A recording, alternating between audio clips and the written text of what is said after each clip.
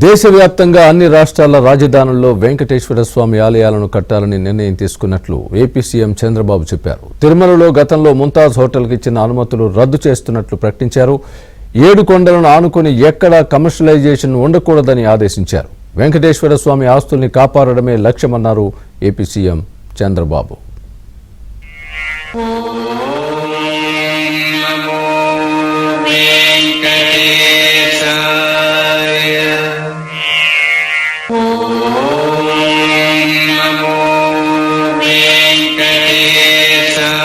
తిరుమల శ్రీవారిని AP CM Chandrababu కుటుంబ సమేతంగా దర్శించుకున్నారు.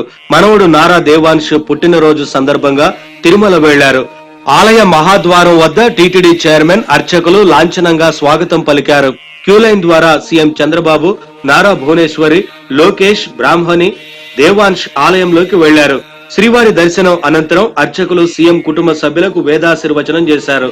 తీర్థ ప్రసాదాలు, స్వామివారి చిత్రపటాన్ని అందజేశారు.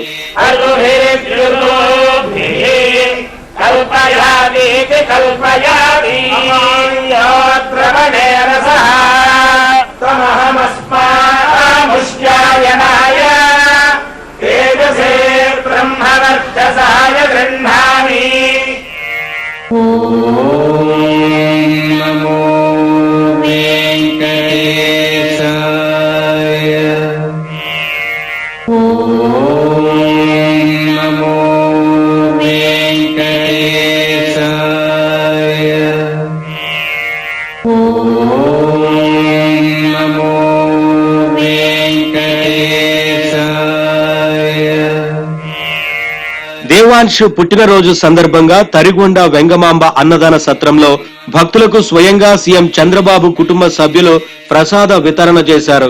అనంతరం భక్తులతో కలిసి శ్రీవారి ప్రసాదాన్ని స్వీకరించారు.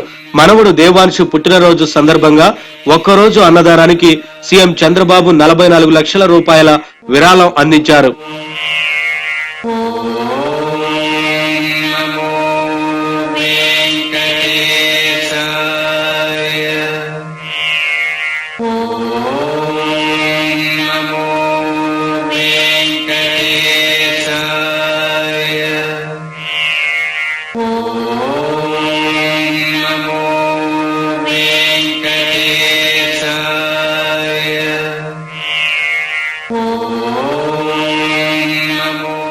అనంతరం చంద్రబాబు టీటీడీ అధికారులతో సమీక్ష నిర్వహించి మీడియాతో మాట్లాడారు.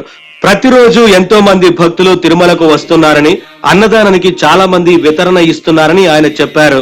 తిరుమలలో పరిశుభ్రతకు ప్రథమ ప్రాధాన్యత ఇస్తున్నామన్నారు. రాష్ట్ర పునర్నిర్మాణాన్ని ఇక్కడి నుంచే ప్రారంభించినట్లు చంద్రబాబు చెప్పారు. 7 కొండలకు ఆనుకొని ఎలాంటి నిర్మాణాలకు అనుమతులు ఇచ్చేది లేదని తేల్చి చెప్పారు. 7 కొండలు ఆనుకొని ముంతాజ్ హోటల్ అప్పట్లో పర్మిషన్ ఇచ్చారు.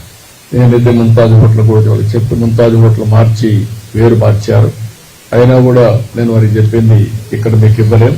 ఏదైతే విష్ణువి వర్స్టైల్ వెంచర్స్ 10.32, ముంతాజ్ హోటల్స్ 20 ఎకరాలు, MRKR construction industries private limited 5 ఎకరాలు ఇచ్చారు. ఈ 35.32 క్యాన్సిల్ చేస్తున్నాం. ఇక్కడ ఎవ్వరు కూడా కమర్షియలైజ్ చేయడానికి వీలు లేదు. 7 కొండలు ఆనుకొని ఎలాంటి కమర్షియలైజేషన్ గాని అపవిత్రం చేసే కార్యక్రమాలు ఎక్కడా ఉండడానికి వీలు లేదు. తిరుమల పర్యటన ముగించుకుని సీఎం చంద్రబాబు హైదరాబాద్ వెళ్లారు.